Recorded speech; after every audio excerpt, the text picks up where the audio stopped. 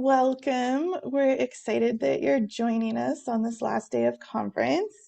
We want to note that we'll have some collaboration happening throughout our time today in a Google document, which we'll share shortly.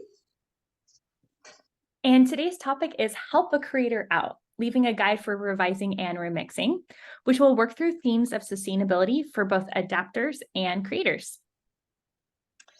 This is an overview of what we plan to share today, including our perspective on how we are thinking about this topic, challenges we've faced, and how some of the strategies we've tried support sustainability of OER creation.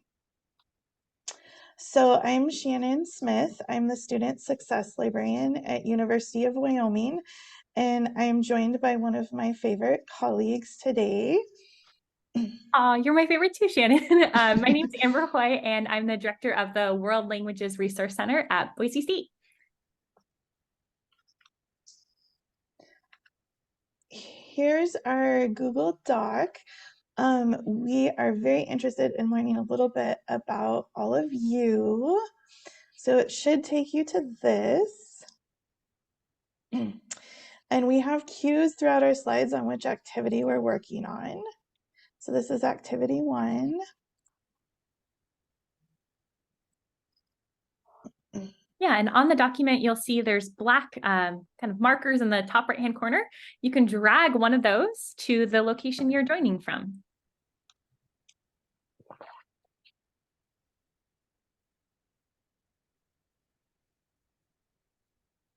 We should have pre-populated us, I guess. Yeah, we could do that. I'll drag.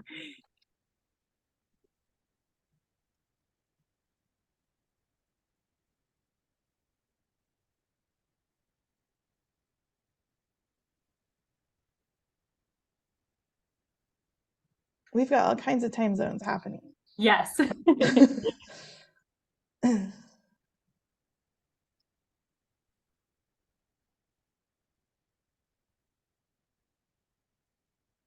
All right. I think I'll pop back to our main slide in the interest of time. We do ask that you don't jump ahead on activities. Again, we'll have those cues throughout to help you know where we're at. When approaching the topic of revising and remixing, Amber and I tend to think about two primary things: sustainability of the content itself, and always assuming the positive intent of creators. Yeah, so let's first look at sustainability in an accessible way. We know that in order for open to continue to make a difference, it has to be sustainable. In the context of revising and remixing, this means supporting and encouraging more instructors to adapt and remix OER. To do that, we can make a commitment by leaving a guide where we can on our choices, whether that be as the original content creators or as revisers. Doing so has the potential to propel OER adaptation forward. Everything we discuss comes with always assuming the positive intent of creators, regardless of the challenges we have faced with revising and remixing in our respective roles. We know OER creators are working in open with the hope that others build upon their work in the future. For example, if a creator does not include something like an attribution, it nearly always was not intentional. In this section, we'll explore some of the challenges we faced. I'll let you lead on this one, Amber. Yeah, so I'm going to put the Google Doc in the chat again in case you're just joining us. And we are going to be looking at activity number 2. And this should take you directly to a Menti, and you won't have to put in a code or anything. But we'd love for you just to put in a few words that come to mind when you think about the barriers or challenges you've encountered when you've remixed or revised OER, or perhaps worked with supporting faculty in remixing and revising OER.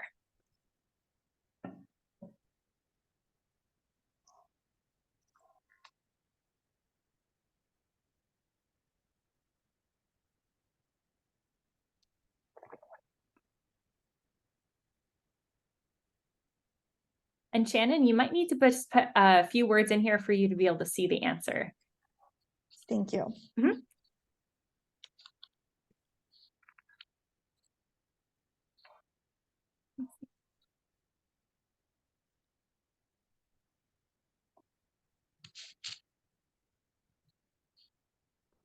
Amber gets full credit for our interactivity today. So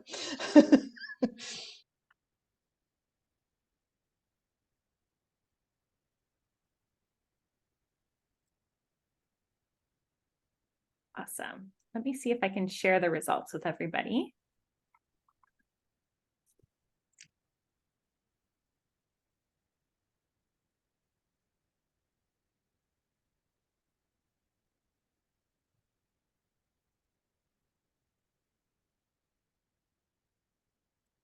Okay. Shannon, I'm going to share screen for just a second, if that's okay, so I can share the. That's what I figured.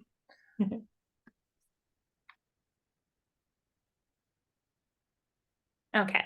So here are a few of the barriers that we've seen. So tracking sources, lacking clear CC licenses, giving proper attribution. That's a hint for what we're going to be talking about today too.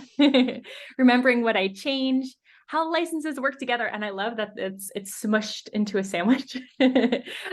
Time, lack of control. Yeah, these are all things that I think Shannon and I have definitely seen. And now we're going to talk a little bit about a few of the other challenges that you might not have thought of. I love the remembering what I changed. I struggle with that one too. Okay. Sharing back to you, Shannon. Okay. I'm really getting my Zoom skills tested lately.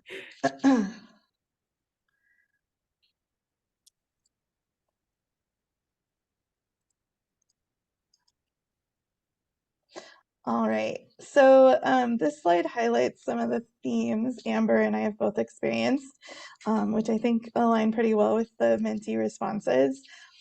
I often get the question from instructors, can I really change this?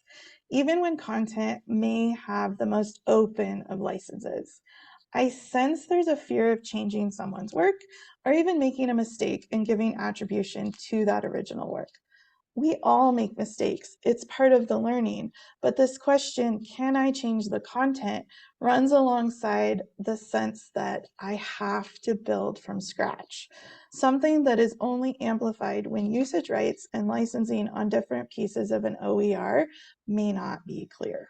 Yeah. So speaking of licensing, sometimes licensing information is hard to find. It's not included directly below the item in an OER, but it's at the end of a chapter, or sometimes it's at the end of the entire project. And I think for creators, this can make it really challenging to reuse the item. Sometimes the information is also only partially included. You get bits of an attribution or you're missing something. Or another challenge that we've seen is that it doesn't link back to the original source. So an example of that would be linking out to Pinterest instead of linking to the image repository itself. And then another one that we also see is that while attribution for public domain materials isn't necessarily required, leaving it out can force a creator to play detective and have to work to find the item to verify that it's in the public domain for their country or that it's just in the public domain, period. And this also isolates the item from similar works that might be relevant for future creators. So a lot of times museums, galleries, archives, and libraries will create these awesome curated collections. And when we don't link back to that, we're really kind of missing out on all the other stuff that might be useful for future creators.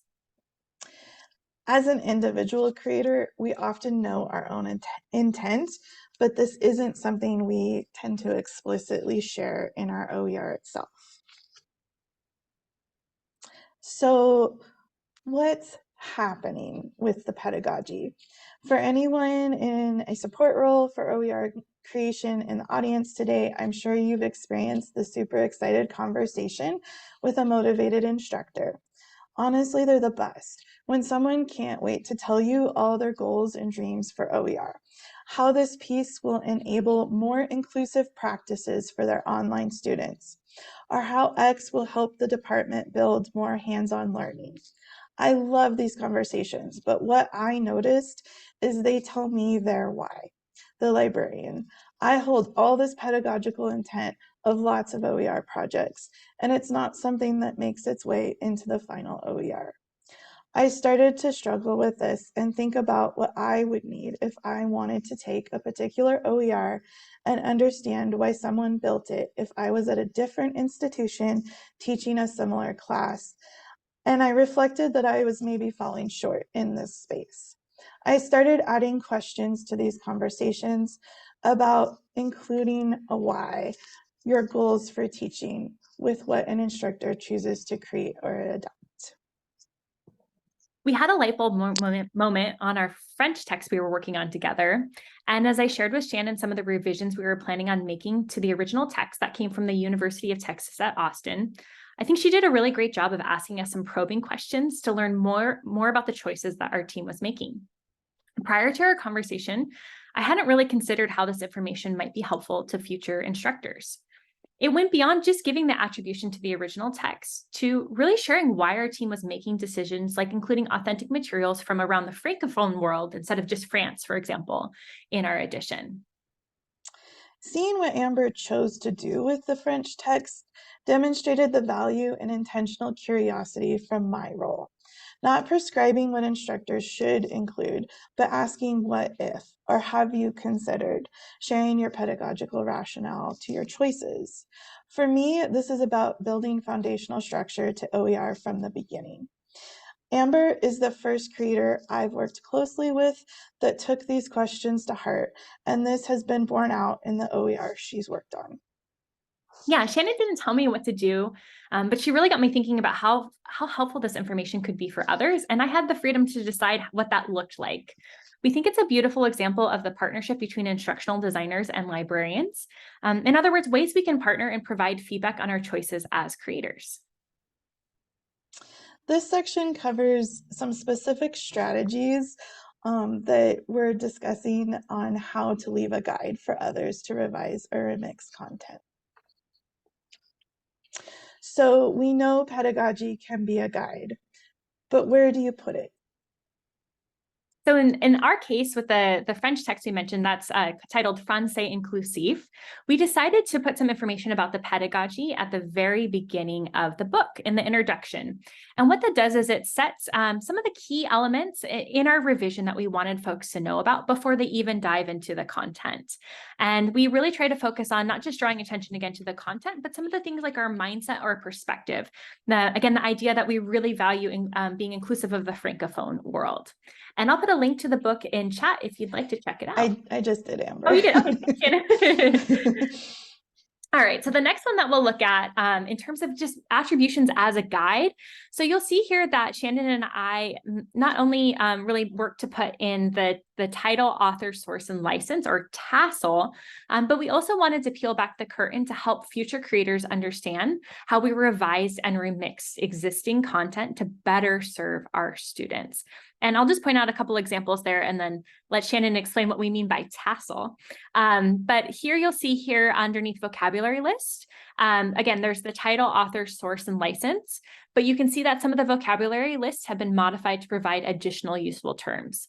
When we look at the grammar explanations, we explain that we provided some localized examples that are going to be specific to Boise State students.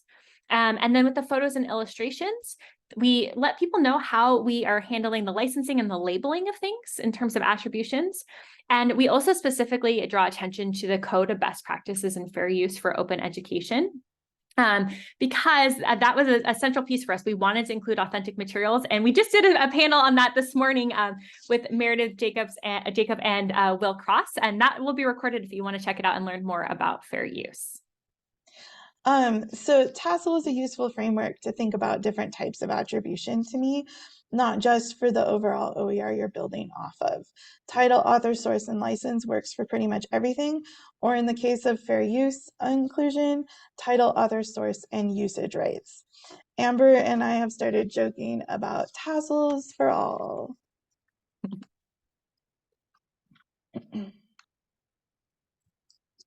So the Français Inclusif text also contains two different acknowledgement sections. And, oh, I'm on the wrong slide here, Shannon, sorry. That's okay. Okay, so this last one here, the exercises one, I just want to draw your attention to a couple things here. One of the things I think was really cool in terms of helping people know what was from the original Français Interactif and what is new in Français Inclusif is the icon down at the bottom of the screen. We have the blue icon, and anytime in terms of the exercises section, we created new content, we just put a simple blue icon there to help people know, hey, this is new original content. We also made sure that when we drew from other sources besides the Francais Interactif, we labeled that directly in the text and pointed back to it to make it easy for creators to check those out. Okay, and this is the acknowledgement one. Yes.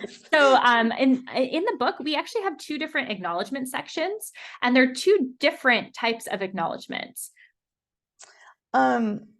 Again, we want to be clear, this isn't about being prescriptive from librarian to instructor, but about the intent that works for your content. In the case of this French project, it had a lot of team members and campus support, and I think that's important to note. And this became really cool in terms of the acknowledgements because it's an excellent example of acknowledging distinct groups. The revision team as well as the original content creators, since it was a massive adaptation project. And I think sometimes separating out the original content creators, oh, sorry, can That's be okay. can be really helpful, just because you know, when you go through an acknowledgement section, it can be kind of long, and so just to show you what we did, we separated it out just so people could go back to those original content sources more easily. Okay, and then on this slide, this is actually from a different activity, and I think we can pop that in the chat as well. I'll grab it. Yep. Thanks. So this is an activity that I created on sustainability and fashion. And one of the things I talked about in the handout was this idea that in Japan, kimonos are, you know, less used in everyday life. And so people are really creative in finding new ways to repurpose them. And in case somebody hadn't seen what a kimono fabric looked like, I wanted to include a sample. So this is from the public domain. But I think one thing here that was great that I did was not only include, you know, where it's from, the title of it, but also to link back to the curation source that I got it from, because so often, like we alluded to in some prior slides, galleries, libraries, archives, and museums have these beautiful curated collections. And if I didn't provide that, I would maybe not know that there's probably like 100 other kimono fabric samples. And that could be really useful depending on what I'm doing. All right, sorry, I got caught up in the chat. All right, and then one of the last examples we want to show you from the French text actually comes from the instructor provided materials. And so I wanted to let you know too, we provide a reminder in our handout, but if you're interested in some of these instructor side, like the instructor materials, like assessments, the slides, you can gain access to them. We have a Google form. We just want to protect some of that from students, so it's a surprise when they get to class that they don't have access to everything. But I want to draw your attention here to something that Brittany, who's one of the team members, did. She put in here a little bit about how she created the vocabulary list and actually gives instructions to future creators who might be customizing this. It says co-construct a vocabulary list to reflect your students' actual interests. So I really love that. And then I also really like that she included some instructions on the technology too, on how she created a Padlet and how she created a QR code. This example like made me all kinds of happy as Amber and I were putting this together. And I think it's an interesting proof of concept for us. Particularly because it's an example from another instructor who worked on this French team with Amber and never really interacted directly with me. So Amber's work served as modeling for her peers, in addition to paying it forward for OER. And now that we're more conscientious about leaving a guide, we're always looking for other examples. On the screen, you'll see two examples. On the left-hand side, there's a Canadian version of a sociology text. And I think they did a really great job of not only talking about kind of the nitty-gritty, what they did for each chapter, but I like that there's some of like the overall things, their overall mindset or approach, and how they went about revising and remixing a text that wasn't necessarily for Canadian audiences. And so I think that that's quite helpful to be able to read that and to see some of the key differences. And as an instructor, you could decide, oh, maybe I want to use the US version, or actually this Canadian version, it resonates with my pedagogy much more, and I'm gonna adopt and adapt this one. And then on the right-hand side, there's an adapted play for ESL learners. And so I thought this was really nice to say, like, hey, this is the same play, but I took it and I simplified it and I made it more accessible. I put more descriptions. And so before you even get into the content, you can learn a little bit more about the mindset of the creator. All right. So now that we've given you kind of some examples of what we mean by leaving a guide, we're going to take a closer look at why this matters for future creators and for OER sustainability. We think pedagogical mindset or intent is not just for us and our administrators, but for our fellow creators. There is a reason you as an instructor adapt something, and it's helpful for the next creator to know why. And this could include anything in terms of localizing the OER. So like the example we saw from Brittany, and creating vocabulary that's going to be interesting to your students, to incorporating hands-on activities for your course goals, changing the content to a specific audience, like the play that we saw for ESL learners, and just updating the content to be more representative and inclusive of your students. Providing that pedagogical mindset can empower other creators to customize OER rather than starting from scratch each time. If we think about the challenges we discussed at the beginning, and most of you shared with us, this promotes not reinventing the wheel, but refining it through revisions and adaptations. Yeah, when you explain how you did something, even if you just hint at it, others can replicate or tailor it for their own local context and needs. When we're revising, if someone can't see the why, it's less likely that they'll be able to replicate it. They don't have you in the room. They can't interview you or bug Shannon all the time on Zoom and text message. And so this is really the next best thing. And ultimately, prioritizing your pedagogical mindset creates a ripple effect. It's just a little bit of time on my end as an instructor, but builds in so much potential for others to drive the work forward. I like to think about this as setting the stage for the work to keep going beyond just you and your classroom. Yeah, I think I often describe this as paying it forward. It's a return on investment. If you're invested in open or OER, we want our work to be a scaffold to the next project, not just remain unused in terms of recreating something from it. It's about creating our work from the beginning with intentionality. So open education professionals are used to working with attribution to give our fellow creators credit. But by adding in these other strategies that we showed in our last section, we believe we are also modeling something important, not just for our peers like we show with Brittany's example, but for our students.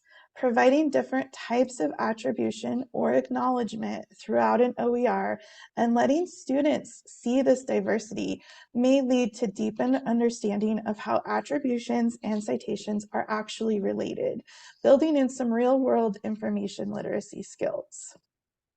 And the beautiful thing is this exposure helps students to learn through context, not just like a worksheet that we hand out and be like, hey, here's some citation styles. They're actually really getting to see examples over and over and learn to not necessarily be tied to just one type of citation. All right, back to our Google document. Amber has another activity for us. Yeah, so I've got the Google Doc in chat, and this is just another drag and drop exercise, but we would love to know which of these four concepts, which one or more, really resonated with you, or did you have an aha moment? So if it resonated, use a heart, drag a heart. If you had an aha moment, drag a light bulb.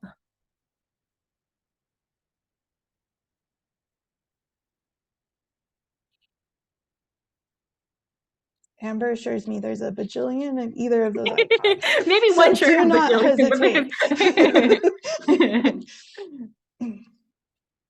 Yeah, so lots of hearts for empowering other creators, paying it forward to open. Oh, let's do this bottom right is the modeling for others. We have that wrong. Oh, yeah, sorry about that. That's okay. That's why I just said bottom right, modeling for others.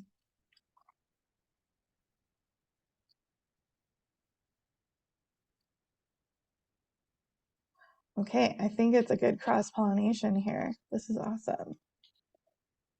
And we had the question in chat, but I'll just say it now too. We will make sure everything is shared in Oxford Abstracts. So you'll have the recording in addition to the slides if you want to share with others.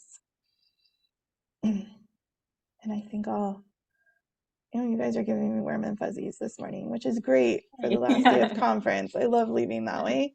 I think I'll pop back over. I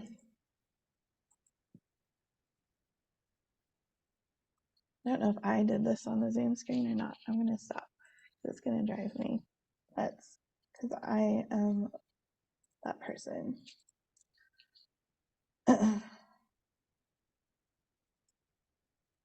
All right. So how do all these concepts fit together? This is an attempt to kind of model and think about how Amber and I are talking about this with each other. The idea here is really that we believe this is all interconnected and works together with the potential to provide an overall guide for the future of your content. And as we said, that French project had a lot of team members on it. And so we know that there was more time that was able to be devoted to that. Some projects may have more of one of these pieces than another, and that's perfectly okay. It's about your context, what you have the capability to do. I think the remembering even what you did yourself that somebody put in our activity at the beginning is really important for this, because even starting there, what do I need to know for like the next version of this I want to create could be the perfect way to get going. So we want to acknowledge, kind of as our wrap up a little bit, that there is always risk, reward, and balance when working in open. We hadn't said it quite this way to ourselves, but our wonderful keynote speaker the other day, Rajiv, pointed out that when you build in the open, you share your blueprints. This fits really well with the idea of thinking about the foundation around your project and pedagogy from the very beginning. And I think this can really help mitigate retroactive work for other creators, librarians, instructional designers in the future. Amy in the chat had a great question about, hey, like I love this idea and I want to implement it, but it's really hard to keep track of things. And I think that Amanda gave some great suggestions. I would love to hear from from you for other ideas that you might have. I think just to answer that question really quickly, and then I'll let you finish it. No, I was just going to say, feel free to add that question in the document. I probably will before we close out. So if people want to share strategies for that, we can all have that space. Yeah. I think two things that we did with the French project, we tried to focus in on what is our overall vision for the project? What are some of the key changes, kind of like the Canadian edition? And we made a list of that. And it was actually really great because it kind of almost served as a credo or as a document we could go back to and think about, like, these are the goals for our project. This is how we really want to make this difference and not reinvent the wheel. And then I think things like the Google Doc changes, I found myself at the very bottom of different modules, just making a list of some different things. And then as I went in and put the modules into Pressbooks, I tried to find ways to incorporate that. But I don't think there's one right way to do it. And again, I'd love to hear if there's other ideas from folks. I think tied to Amy's question too, balance is important. And our goal in talking about this isn't to add to your time as a creator, but remind you that your instructional mindset really matters. By intentionally sharing those blueprints and building in what you can, you contribute to maintaining, revising, and sustaining our collective work in open. And then our last activity as a wrap up is not something you have to click out to. We would just love to hear if there's a step you may add to your process to facilitate reuse after this conversation and why. And we've also linked resources, our contact information, everything we've shared. We'll get the links to the slides in here and in Oxford Abstracts. If you are so inclined and you have other examples of OER that leaves a solid path for the future for revising and remixing, we'd also love to hear from you on that.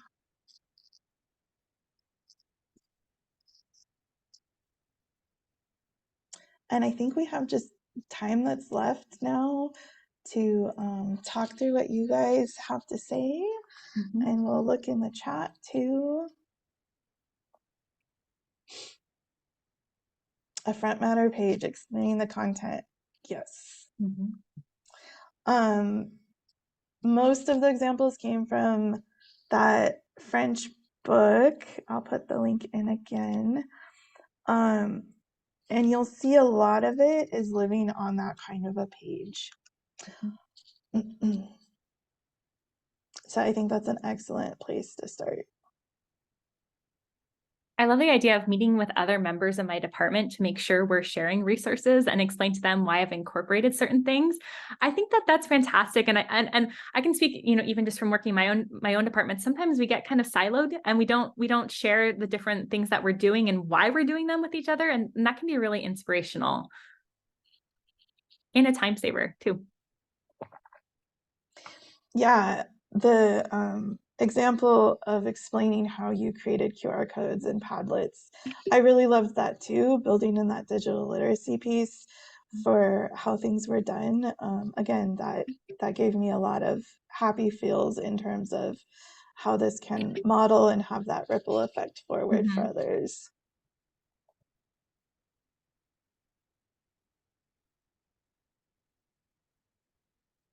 Keeping a Zotero board with all of my sources pulled together and notes on where they're being used. That's a great idea.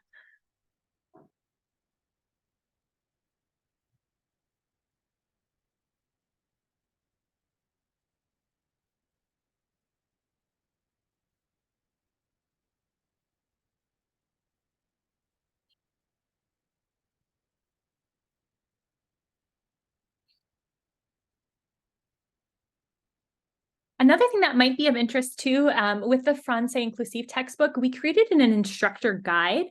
And some of the stuff that might not be in the textbook in terms of like our pedagogical mindset shows up there. I know someone had a great suggestion about using like open annotation so that it doesn't muddy the educational content. I think there's kind of like this balance, right? Like we don't want to draw away from it for our learners, but we also want to draw attention to it for creators. So that's another suggestion that I have, is maybe creating a separate guide for folks to use. And again, if you on that front page of the Francais Inclusive text, if you sign up I for can just it, show it. we can send you, that. we can send you an example. They have a built-in Google, which it's this one. Yep, right on the introduction. Yep, right on the front page. So the strategy this team took for that was a request form for teacher materials. So it's built into this introduction and acknowledgements work, and fully explains, if you're outside of their institution, what they would be willing to share if you fill out this request form. I do think this is a challenge I've seen a lot with OER. How do you share openly, but then share openly the things you don't want your students to see?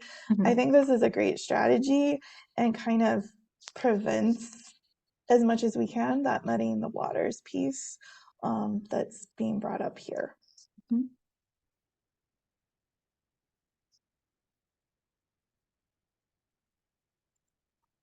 Yeah, making sure that the image source links I use link to the original source and not just a secondary one. I think I was guilty of that for so long. Especially too, sometimes I would find things like on great teacher blogs, and I would, when I bookmark things, or put the attribution, I would put it back to the teacher blog and not back to the original source. And then it stinks if the teacher blog gets taken down or, the link gets broken, for example.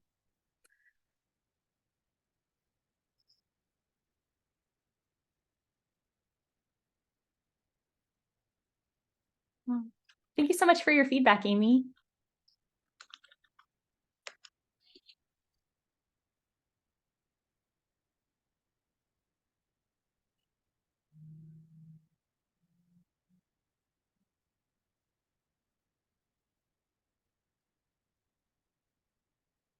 We've got about 5 minutes left, so if there's anybody that wants to ask any other questions, we'll just keep discussing from what we see in the document. The image source links to the original, yes. Amber is very passionate about this so that we can find more content from curated spaces, and I love that about her. She makes my librarian heart very happy often.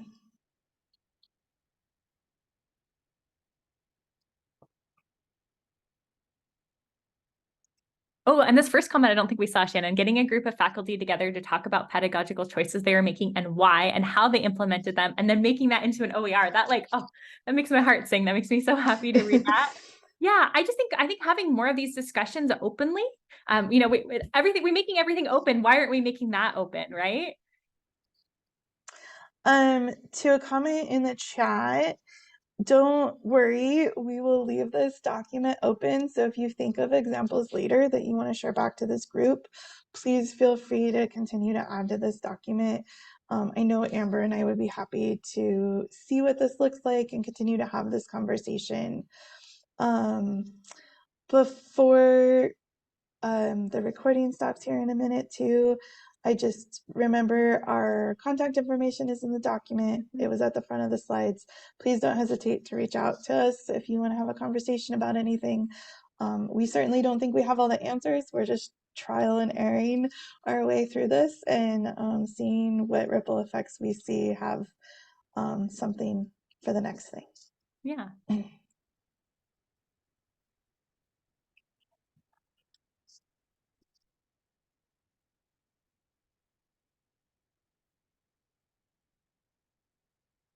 Thanks, everyone. You've been a great group. Yeah. Thanks so much for your active participation.